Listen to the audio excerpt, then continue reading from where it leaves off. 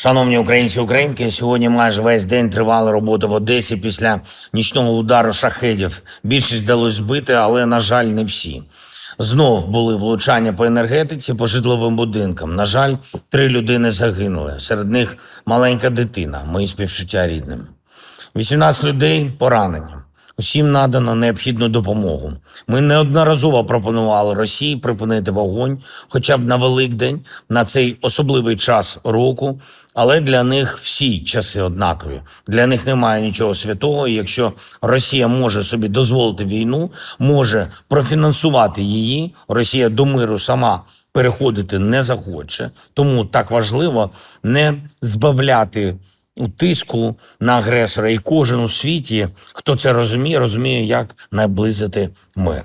Ми в Україні робимо свою частину цієї роботи постійно, і наші далекобійні санкції продовжують працювати дуже ефективно та реально зменшують російські доходи. Передусім, це нафтові доходи. Це абсолютно справедливо. Головне, обмежує можливості Росії затягувати цю війну. Тільки значні фінансові втрати примушують Росію думати про сценарій виходу саме з війни. Зараз, звісно, нафтовий ринок та загалом глобальні ринки в кризовому стані через невирішену ситуацію навколо Ірану.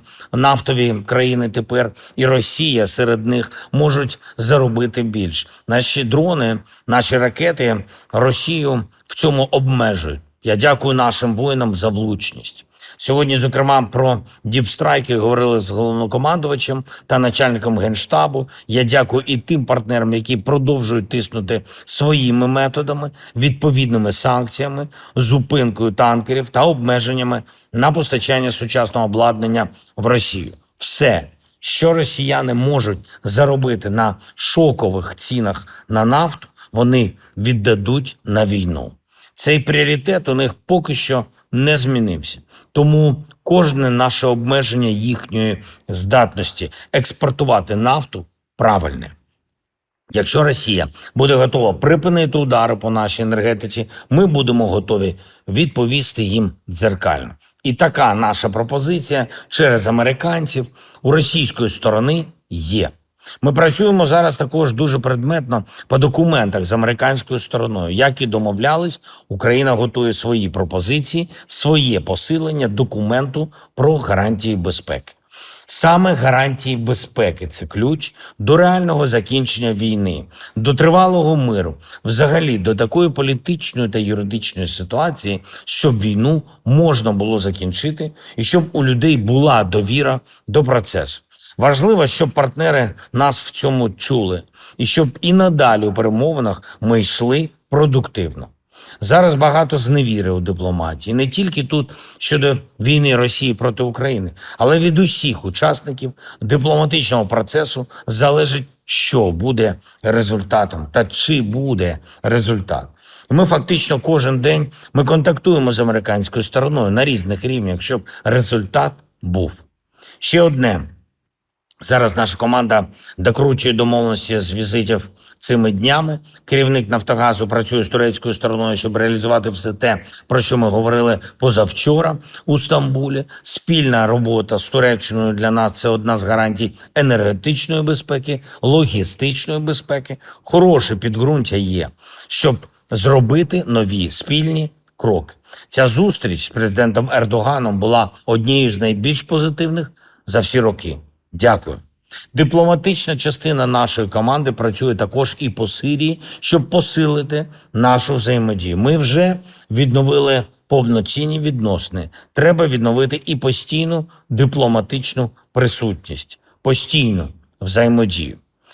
Рустем Умєров зараз продовжує працювати в регіоні заради спільних наших безпекових кроків з відповідними країнами та розширення як оборонних, так і економічних відносин.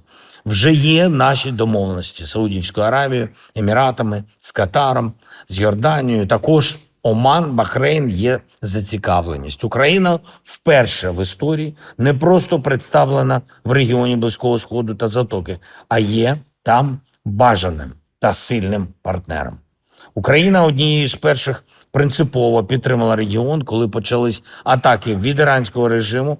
Ми зробили це реально. Також ми підтримали Сирію, коли був знесений режим Асада. Варто враховувати зараз і інтереси народу Ірану, щоб все було достойно. Ми прагнемо достойного миру для себе. Саме це просуваємо дипломатично. Наша мета абсолютно чітка. Потрібна стабільність і мир у Європі. Потрібна стабільність та мир на Близькому Сході та в Затоці. Так само, як і в інших глобально важливих регіонах, щоб світ не знав таких проблем через дестабілізовані ринки, знищену енергетику, порушене мореплавство, ядерну загрозу чи продовольчу небезпеку. На безпеку заслуговують всі народи. І будуть ще й нові наші безпекові домовленості, які точно посилять Україну. Зараз з Україною, як з безпековим партнером, хочуть співпрацювати дуже різні держави, але ми відкриті до спільної роботи з усіма тими, хто підтримує наш суверенітет, нашу незалежність та поважає наших людей. Я дякую вам за те, що Україна стала такою і що Україну поважають так. Слава Україні!